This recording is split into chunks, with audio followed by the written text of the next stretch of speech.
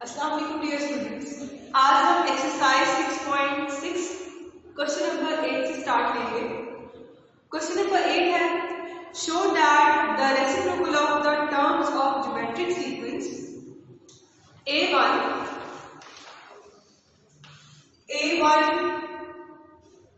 r का square a1 r की power 4 form है ज्योमेट्रिक सीक्वेंस। गर्ल्स यहाँ पे हमें क्या कहा जा रहा है? हमें कहा जा रहा है कि जो ज्योमेट्रिक सीक्वेंस गिवन है, ये जो हमारे पास ज्योमेट्रिक सीक्वेंस है, ऐसे ही ना कहते हैं जब आप इसका रेसिप्रोकल लेते हो तो वो भी ज्योमेट्रिक सीक्वेंस बनाता है। तो हमें ये चीज शो करनी है, ठीक है? ये ऑलरेडी ज्योमेट्रिक सीक्वेंस है। जब आप इसका रेसिप्रोकल तो इस फॉर्म में लिया है, ठीक है? जब आप इसका रेसिप्रोकल लेते हो तो वो भी आपके पास ज्योमेट्रिक सीक्वेंस में जाता है। ये हमने शो करना है, क्लियर है? तो चलिए हम इसके सॉल्यूशन की तरफ जाते हैं। सबसे पहले हम लिखेंगे गिवन हमारे पास क्या है? गिवन है a1, इसके बाद a1 r2 a1 r की पावर 4 अप टू दिस, ठीक है? इसका हम ले लेते हैं reciprocal, taking reciprocal of terms. तो यह आएगा 1 ओवर a1 r का स्क्वायर 1 ओवर a1 r की power 4 up to so on. फिर ना बच्चों उसने कहा था सीक्वेंस गिवन है वो जीपी में है, यानी कि ज्योमेट्रिक प्रोग्रेशन में है। आप जब उसका रेसिप्रोकल लेते हैं तो वो भी ज्योमेट्रिक सीक्वेंस में जाता है। ये हमने शो करना है। हम लिखेंगे नाउ 1 ओवर a1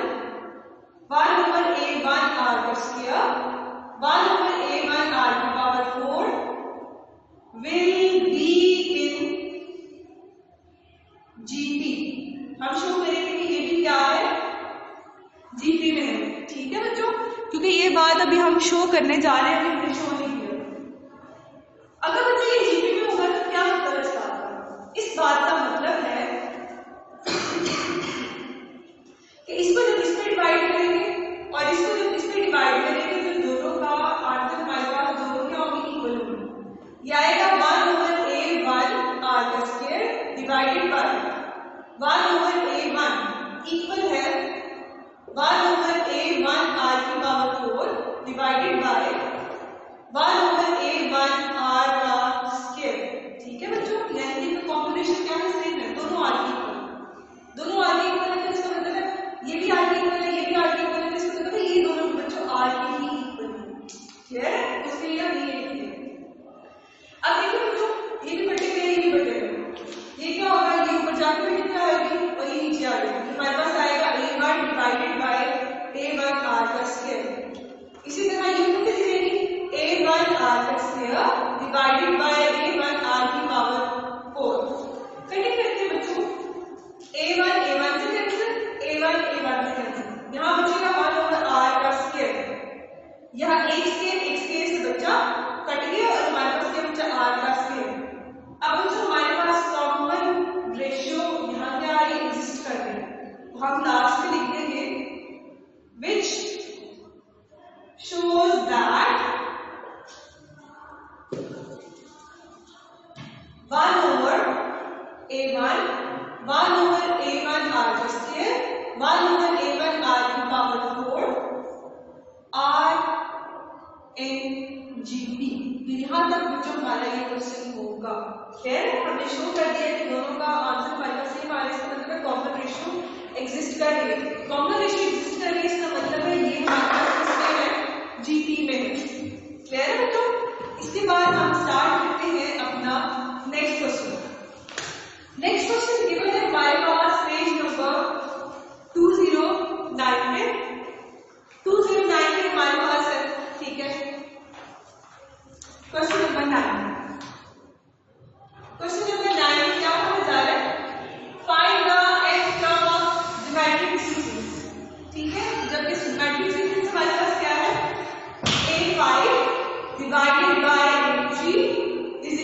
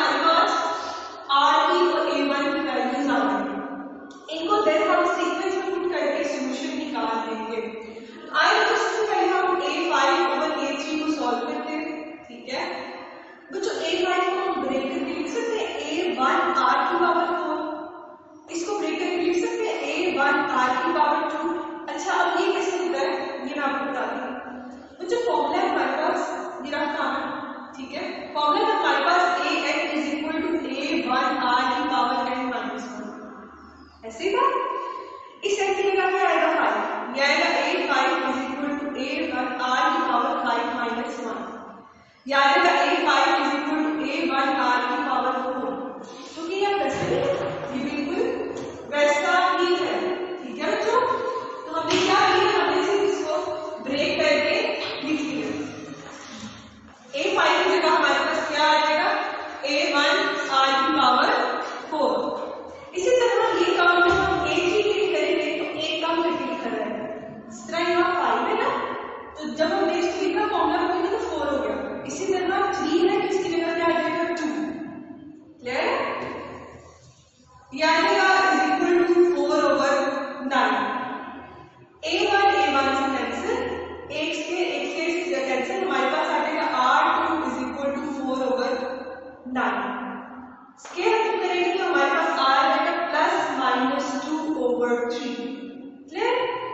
अब ये हमने काम किया इसके लिए A5 डिवाइडेड बाय A3 के लिए।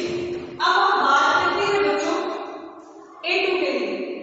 बच्चों क्या हम A2 को ब्रेक करके लिख सकते हैं, A1 R की power 1 is equal to 4 over 9? जी हाँ बच्चों लिख सकते हैं, क्योंकि यहाँ 2 है ना, तो यहाँ जब ब्रेक करके लिखेंगे तो पावर 1 में होगा। इसे नाम दे दें, इसे ना नाम दें आप, इसे नाम देंगे नंबर 1। अब बच्चों R की हमारे पास यहाँ दो वैल्यूज आएंगे, एक आया है प्लस 2 ओवर 3 और दूसरी आई है माइनस 2 ओवर 3। इसको बाई बाई करके इसको पुट करेंगे, क्योंकि हमने क्या करना है, हमने मुझे यहाँ से A1 की वैल्यू निकालना। ठीक है, तो उसके लिए हमें R की वैल्यू को क्या करना पड़ेगा, पुट करना पड़ेगा। तो इसके लिए काम करते हैं, हमारे पास आएगा put R is equal to 2 over 3 in 1। यह आ जाएगा A1 R की जगह क्या आएगा 2 over 3 is equal to 4 over 9। Clear है बच्चों? इन 1। ठीक है, अब यहाँ ये मल्टीप्लाई उस साइड का क्या होगा, डिवाइड होगा। 4 ओवर 9 मल्टीप्लाई बाय 3 ओवर 2। जब इसको सिंप्लीफाई करेंगे बच्चों तो आएगा 2 ओवर 3। ठीक है, ये वन की एक वैल्यू है। अब हम आगे क्या करेंगे, माइनस 2 ओवर 3, तो सिर्फ माइनस का आ जाएगा, इसके साथ A1 की हमारे पास वैल्यू हो जाएगी माइनस 2 ओवर 3। तो ये हमारे पास फर्स्ट वैल्यू हमारे पास A1 की आई 2 ओवर 3 और दूसरी वैल्यू A1 की आई हमारे पास माइनस 2 ओवर 3। क्लियर? इसी तरह एक R की वैल्यू आएगी 2 ओवर 3 और दूसरी R की वैल्यू हमारे पास आई माइनस 2 ओवर 3। क्लियर है बच्चों? तो हमारे पास R की और A1 की दो वैल्यूज आई हैं। ठीक है, बाकी हम क्या करेंगे, हम डायरेक्ट फॉर्मूला में इनको पुट कर देंगे। पुट करते हैं फॉर्मूला में हमारे पास using an is equal to A1 R की पावर n माइनस 1, ऐसे ही था। तो हम इसको सॉल्व करते हैं। सबसे पहले हम A1 की जगह वैल्यू पुट करते हैं 2 ओवर 3, R की जगह वैल्यू पुट करते हैं 2 ओवर 3। आपने n टर्म फाइंड कर दिया तो n टर्म की जगह कुछ नहीं लिखा जाएगा, n ही रहेगा, क्योंकि क्वेश्चन से कहा था आपने n टर्म फाइंड करनी। क्लियर है बच्चों? तो यह आएगा an इज इक्वल टू, अभी जो बेसिस सेम है ना तो पावर ऐड हो जाएगी, इसकी पावर 1 है, इसकी पावर n माइनस 1। यह आएगा 2 और 3 1 plus n minus 1 minus 1 cancel, यह आ जाएगा 2 और 3 की पावर n। तो ये जो हमारे पास है इसका फर्स्ट आंसर। ठीक है, ये कब आया, जब A1 हम लेंगे 2 ओवर 3 और R भी लेंगे 2 ओवर 3। क्लियर? अब हम नेगेटिव के लिए बच्चों बात करते हैं, सेम फॉर्मूला होगा।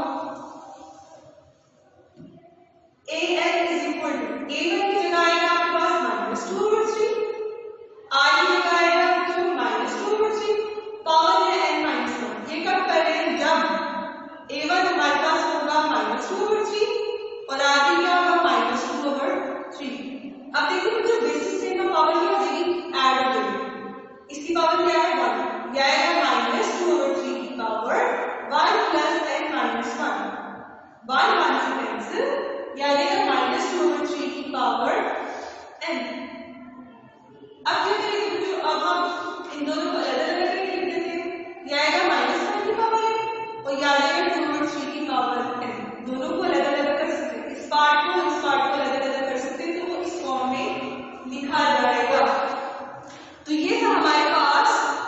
Question number 9। आगे बच्चों हम नेक्स्ट क्वेश्चन स्टार्ट कर लेते हैं। नेक्स्ट क्वेश्चन है हमारे पास क्वेश्चन नंबर 12। ठीक है, इसको स्टार्ट करके जा रहे हैं। क्वेश्चन नंबर 12 है पेज नंबर 206 पे। ठीक है बच्चों, क्वेश्चन नंबर 12 में क्या है? If 1 over a, 1 over b and 1 over c are in GP। कहते हैं अगर ये तमाम हमारे पास GP में है, हमने शो करना है कि इनका कॉमन रेशियो हमारे पास आता है प्लस माइनस √a/c के। ठीक है बच्चों, डेटा में गिवन है कि ये जीपी में है, शो करेंगे इसका कॉमन रेशियो लिया।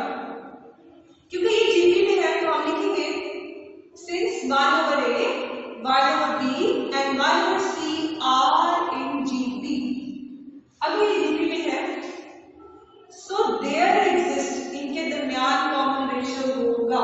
देयर एग्जिस्ट कॉमन रेशियो, यानी कि 1 over b को 1 over a पे डिवाइड करें, वो इक्वल होगा 1 over c को 1 over b पे डिवाइड करें।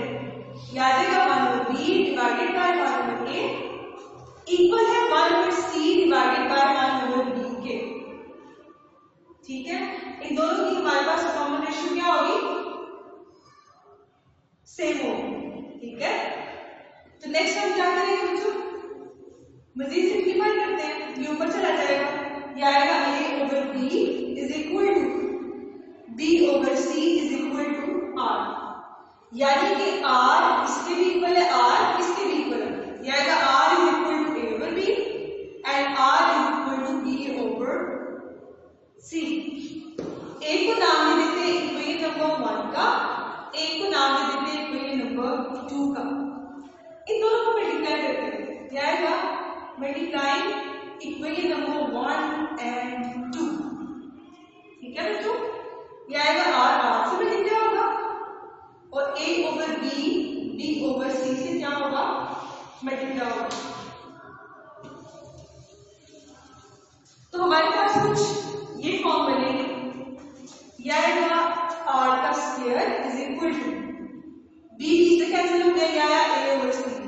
अब चूंकि कॉमन रेशियो निकालनी है तो r के ऊपर हम क्या लेंगे? स्क्वायर रूट अप्लाई करेंगे तो r की वैल्यू आ जाएगी plus minus √a over c। तो क्या ये बनेगी? कॉमन रेशियो हमारे पास क्या आ गई? Plus minus √a over c। हम लिख देंगे हेंस प्रूव्ड। तो यहाँ हमारा क्वेश्चन नंबर 12 एंड हुआ। बाकी इंशाल्लाह बच्चों हम नेक्स्ट लेक्चर में करेंगे। अल्लाह हाफिज।